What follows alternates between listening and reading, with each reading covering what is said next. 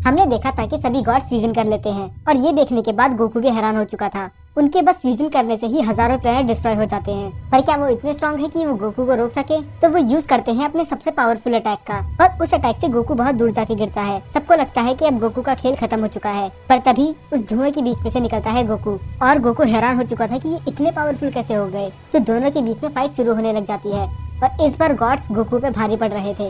Goku को ये हैरानी हो रही थी कि 1000 साल की ट्रेनिंग के बाद भी मैंने नहीं रोक पा रहा और गॉड्स को इस बात की चिंता थी कि हम 11 गॉड्स फ्यूजन करके एक मॉडल को नहीं हरा पा रहे।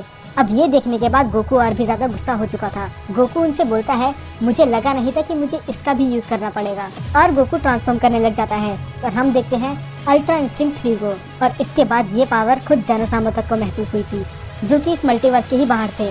गोकू अपने एक अटैक से ही उनके चेस्ट से अपना हाथ आर पार कर देता है, पर ये इतना काफी नहीं था उन्हें रोकने के लिए।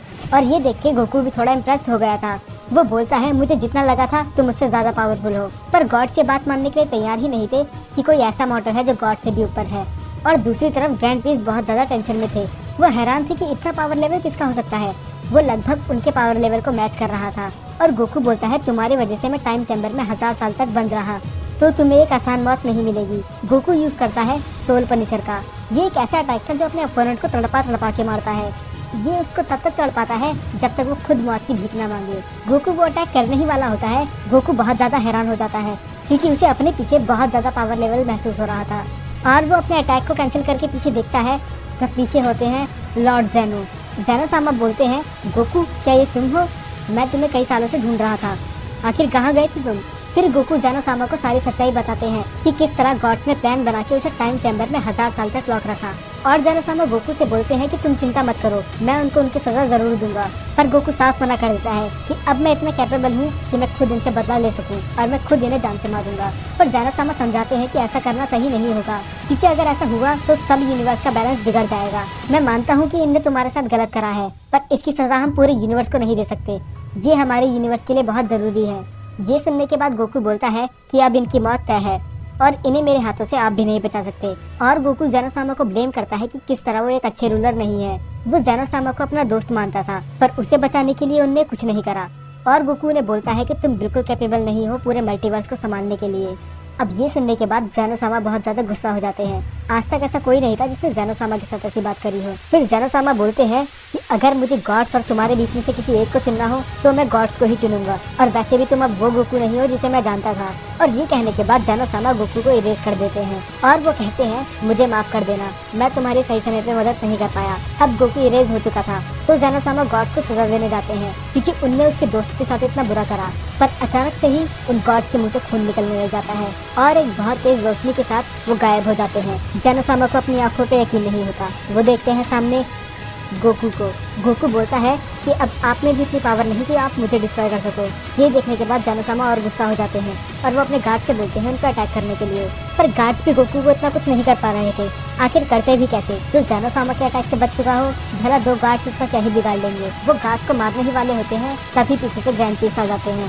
जेनोसामा ग्रैंड प्रिंस को बीच में पड़ने से मना करते हैं। वो बोलते हैं कि इसे मैं ही संभाल लूंगा, पर ग्रैंड प्रिंस कहते हैं, नहीं, ये मॉडल अब बहुत ही ज्यादा स्ट्रॉन्ग हो चुका है।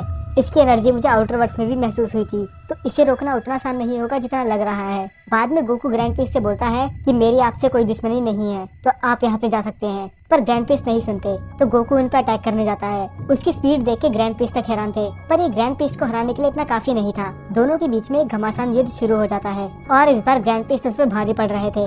अब गोकू का कोई भी मूव उन पे काम नहीं कर रहा था और ये दोनों इतने स्ट्रॉन्ग थे कि कई मल्टीवर्स तो ऐसे ही खत्म हो रहे थे। पर बाद में जब ग्रैंड प्रिंस गोकू को जान से मारने ही वाले होते हैं, गोकू एक स्माइल करता है और बोलता है कि मुझे पता था आपको हराने के लिए इतना काफी नहीं होगा, तो अब मैं आपको वो दिखाने वाला हूँ जिसकी ट्रेनिंग मैंने 1000 सालों से करी है। ग्रैंड प्रिंस ये सुनने के बाद पूरे हैरान हो चुके थे कि आखिर अब इससे ऊपर क्या होगा। इसने तो इसी फॉर्म में मेरे लेवल तक को रीच कर लिया था।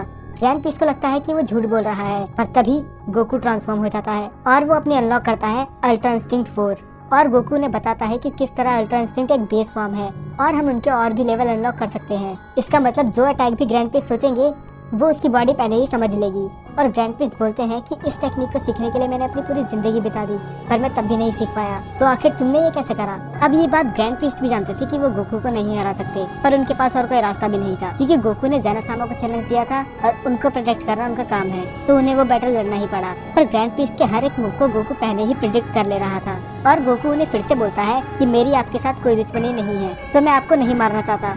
और गोकू एक पंच में ही ग्रैंड प्रीस्ट को गिरा देता है, और अब ज़ेनोसामा को अपनी ट्रू फॉर्म में आना ही पड़ता है। ज़ेनोसामा दोनों गार्ड्स के साथ फ्यूज हो जाते हैं, और हमें देखने के लिए मिलता है ट्रू ओमनी किंग। फिर गोकू उनसे बोलता है कि मुझे जितना लगा था तुम उतने भी कमजोर नहीं। तो दोनों के बीच में फाइट होना शुरू हो जाती है, और वो फाइट्स इतनी खतरनाक थी कि कई मल्टीपल्स पोर्टल खुलना शुरू हो जाते हैं। और ये देखने के बाद ग्रैंड प्रीस्ट ज़ेनोसामा को रोकते हैं, और वो कहते हैं कि अगर हम अभी नहीं रुके तो वो आजाद हो जाएंगे। ग्रैंड प्रीस्ट उन 4 डीमंस की बात कर रहे थे जिसे सदियों पहले लॉर्ड ज़लामा ने एक डायमेंशन में बंद कर दिया था, और वो गोकू को भी समझाते हैं कि अगर हम अभी नहीं रुके तो उन्हें रोकना नामुमकिन हो जाएगा। ये सुनने के बाद गोकू को थोड़ा अजीब लगता है। वो कहता है कि मेरे इतने पावरफुल होने के बाद भी ऐसी कौन सी चीज है जो ग्रैंड प्रीस्ट को डरा रही है। पर तब भी वो दोनों फाइट करना बंद नहीं करते, और अचानक से ही एक ब्लास्ट होता है। एक इतना बड़ा पोर्टल ओपन होता है जो अपने साथ साथ कई यूनिवर्स को ही निकल जाता है। अब ग्रैंड प्रीस्ट गोकू सब उसे रोकने की कोशिश कर रहे थे। गोकू भी इनकी मदद इसीलिए कर रहा था क्योंकि उसे कुछ अच्छा महसूस नहीं हो रहा था, क्योंकि उस पोर्टल के पीछे कुछ ज्यादा ही खतरनाक चीजें थी। और वो पोर्टल ब्लास्ट हो जाता है, और उस पोर्टल में से निकलते हैं 4 डीमंस। फिर ग्रैंड प्रीस्ट बताते हैं कि गॉड ज़लामा के अलावा और कोई नहीं है जो उन्हें रोक सके, और हमें दिखाया जाता है कि किसी प्लेनेट पे वेजिटा ट्रेनिंग कर रहा होता है। अब वेजिटा गोकू से उस चीज का बदला लेना चाहता है जो उसने दोस्तों के साथ करा। तो क्या इन 4 डीमंस को गोकू, ग्रैंड प्रीस्ट और ज़ेनोसामा रोक पाएंगे, और वेजिटा इनकी मदद करेगा या इनके खिलाफ रहेगा? ये आपको पता चलेगा अगले एपिसोड में।